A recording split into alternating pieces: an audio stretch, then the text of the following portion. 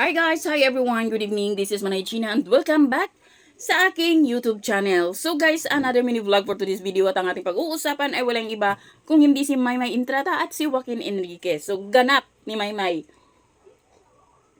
at ni Joaquin. So birthday ni Joaquin pala today. Tapos, ang haba ng mensahe ni Maymay, sobrang haba talaga.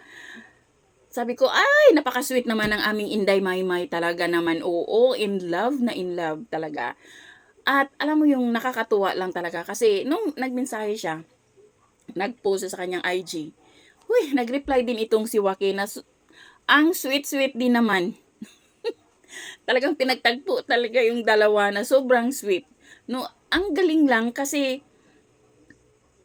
every time na may i-post si Maymay, magko-comments talaga itong si Joaquin. At yung comments niya talaga, grabe. Maymay na daw ang kanyang forever. Ay!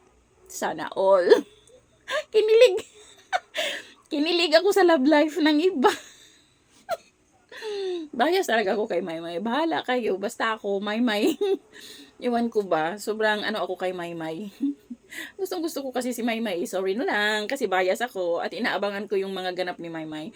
At dito kasi, nakaka-inlove yung mensahe ni Maymay. So, kung hindi nyo pa nabasa, nasa IG ni Maymay nakapost. Pero imposible naman. Lahat ng mga talagang nagmamahal, nakasupport kay Maymay, talagang inaabangan no si Maymay kung anong i-post. Kinilig ang lola nyo sa post ni Inday Maymay. So yun lang guys, thank you for watching. Bye!